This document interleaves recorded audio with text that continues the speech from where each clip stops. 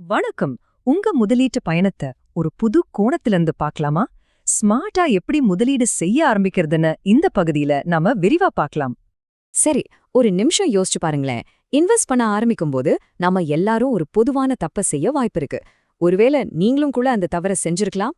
அது என்னன்னு தெரிஞ்சுக்கலாமா? இங்க பாருங்க, ஒரு சிம்பிளான உதாரணம். இதுவரைக்கும் எந்த உடற்பயிற்சியுமே பண்ணாத ஒருத்தர் திடீர்னு எந்திரிச்சு ஒரு மராத்தான்ல ஓடணும்னு முடிவு பண்ணா என்ன ஆகும்? நிச்சயமா ரொம்ப சோர்ந்து போய் பாதியிலேயே நின்னுடுவாரு. அதே கதை தான் இங்கேயும். இப்பதான் சேமிக்க ஆரம்பிச்ச ஒருத்தர் நேரா மியூச்சுவல் ஃபண்டுகள்ல போய் மொத்த பணத்தையும் போட்டா மார்க்கெட் லேசா கீழே இறங்குனதும் ஒரு விதமான பீதி வந்துடும். ரெண்டுலேயுமே முடிவு ஒண்ணுதான், முயற்சியே கைவிட்டுடுவாங்க. இதுதாங்க புதுசா முதலீடு பண்றவங்க சந்திக்கிற முதல் பெரிய பிரச்சனை. மியூச்சுவல் ஃபண்டுகள் மாதிரி ரிஸ்க் இருக்கிற இடத்துல முதலீடு பண்ணும்போது சந்தை கொஞ்சம் சரிஞ்சா கூட நம்ம கஷ்டப்பட்டு சம்பாதிச்ச பணம் போகுதேன்னு மனசுக்குள்ள ஒரு பதட்டம் வரும்.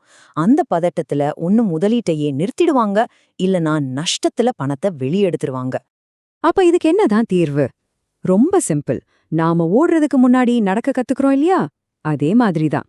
ஷேர் மார்க்கெட்டுங்கிற வேகமான ரேஸ்ல குதிக்கிறதுக்கு முன்னாடி நமக்குன்னு ஒரு நிலையான ஒரு அடித்தளமான முதலீடு கண்டிப்பா தேவை. அதுதான் நம்ம முதலீட்டு பழக்கத்தையும் மன உறுதியையும் ரொம்ப பாதுகாப்பா வளர்க்கும். இப்போ அந்த முதல் அடிய பத்தி தான் பார்க்க போறோம். வேகமா ஓடுறதுக்கு முன்னாடி ஒரு நடைப்பயிற்சி எவ்வளவு முக்கியமோ அதே மாதிரி நம்ம முதலீட்டு உலகத்துல யார் வேணாலும் எடுத்து வைக்கக்கூடிய அந்த எளிமையான அடித்தளமான முதல் படி என்னங்கிறத இப்ப பார்க்கலாம். நம்ம முதலீட்டு உலகத்துல அந்த தினசரி நடைப்பயிற்சிக்கு சமமானதுதான் பொது வருங்கால வைப்பு நிதி, அதாவது பிபிஎஃப். பாருங்க, இது மத்த முதலீடுகள் மாதிரி ரொம்ப கவர்ச்சியா இருக்காது. உங்க நண்பர்கள் கிட்ட பெருமையா சொல்லிக்கிற மாதிரி ஒரு விஷயமும் இதுல இல்ல. ஆனா உங்க நிதி எதிர்காலத்துக்கான ஒரு வலிமையான அடித்தளத்தை இது அமைதியா ரொம்ப சரியா செஞ்சு கொடுக்கும். சரி, வாங்க இந்த பிபிஎஃப் பத்தி இன்னும் கொஞ்சம் ஆழமா தெரிஞ்சுக்கலாம். இதோட முக்கிய அம்சங்கள் என்ன, இதனால உங்களுக்கு கிடைக்கக்கூடிய உறுதியான நன்மைகள் என்னன்னு இப்ப ஒன்னா பார்க்கலாம். பிபிஎஃப்-ஓட மிக முக்கியமான அம்சம் இதோட வட்டி விகிதம்தான். மார்ச் 2026 நிலவரப்படி வருஷத்துக்கு 7.1% வருமானத்துக்கு நம்ம இந்திய அரசாங்கமே உத்தரவாதம் கொடுக்குது. அதனால உங்க பணம் ரொம்ப பாதுகாப்பா கணிக்கக்கூடிய வகையில வளருங்கிறதுல நீங்க முழுசா உறுதியா இருக்கலாம். ஆமாங்க, இதுல 15 வருஷம் லாக்இன் காலம் இருக்கு. அடேங்கப்பா, 15 வருஷமானு நினைக்காதீங்க. இது ஒரு தடையா பார்க்காம நீண்ட காலத்துக்கு பொறுமையா முதலீடு செய்யற ஒழுக்கத்தை நமக்கு கத்துக் கொடுக்கற ஒரு அம்சமா பாருங்க. தேவையில்லாம பணத்தை எடுக்காம அது வளர்றதுக்கு நாமளே வாய்ப்பு கொடுக்கறோம், அவ்வளோதான். பிபிஎஃப்-ஓட இன்னொரு சூப்பரான விஷயம் இதுதான். 15 வருஷம் கழிச்சு உங்களுக்கு கிடைக்கிற வட்டிக்கும் சரி, மொத்த முதிர்வு தொகைக்கும் சரி, ₹1 கூட நீங்க வரி கட்ட தேவையில்லை. இது மத்த பல முதலீடுகள்ல இல்லாத ஒரு மிகப்பெரிய நன்மை. யோசிச்சு பாருங்க. இங்க கூட்டு வட்டியோட சக்திய இந்த அட்டவணை ரொம்ப அழகா காட்டுது. பாருங்க, நீங்க ஒவ்வொரு வருஷமும் அதிகபட்சமா ₹1,50,000 முதலீடு செஞ்சா 15 வருஷத்துல உங்க மொத்த முதலீடான ₹22.5 லட்சம் வட்டியோட சேர்ந்து கிட்டத்தட்ட 41 லட்சமா வளர்ந்திருக்கும். நீங்க போட்ட பணத்தை விட கிட்டத்தட்ட 2 மடங்கு. இதுதான் நீண்டகால முதலீட்டோட உண்மையான மேஜிக். சரி, இப்போ வெறும் எண்களை தாண்டி கொஞ்சம் யோசிப்போம். பிபிஎஃப்ல முதலீட்டு ஆரம்பிக்கிறது ஏன் ரொம்ப முக்கியம்? இது பணத்தை மட்டும் வளர்க்கல, அதுக்கும் மேல உங்க முதலீட்டு தசையும் உருவாக்குது. அது எப்படின்னு பாப்போம். முதலீட்டு தசைனா என்ன? அது நம்ம மனசுல இருக்கிற ஒரு தசை மாதிரிதாங்க. சந்தை ஏறுது இறங்குதுன்னு வர்ற செய்திகளை பார்த்து பயப்படாம நம்ம நீண்ட கால இலக்குக்காக தொடர்ந்து முதலீடு செய்யற மனோபக்குவம் தான் அது.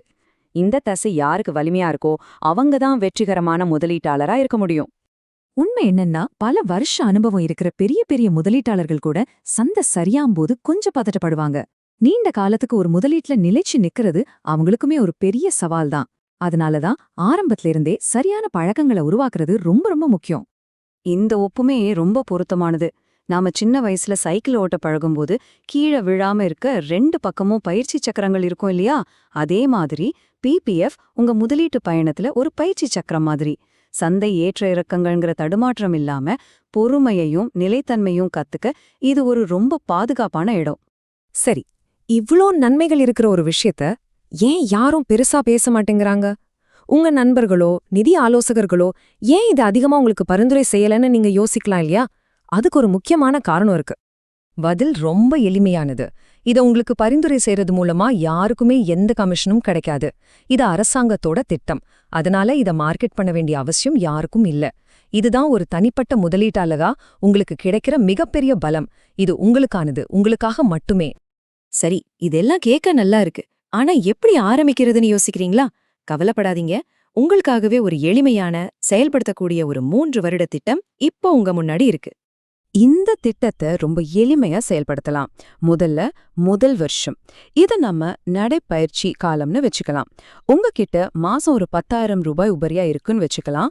அந்த முழு பணத்தையும் உங்க புது பிபிஎஃப் கணக்குல முதலீடு பண்ணுங்க. முதல் வருஷம் ஒரே இலக்கு தான், மாசம் தவறாம முதலீடு செய்யற பழக்கத்தை உருவாக்குறது.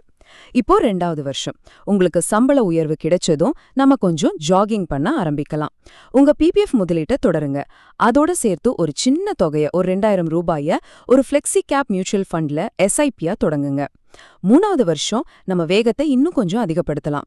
அடுத்த சம்பள உயர்வு வந்ததும் உங்க பிபிஎஃப் முதலீட்டை அதிகபட்சமா, அதாவது மாசம் 12,500 ரூபாய்க்கு உயர்த்துங்க.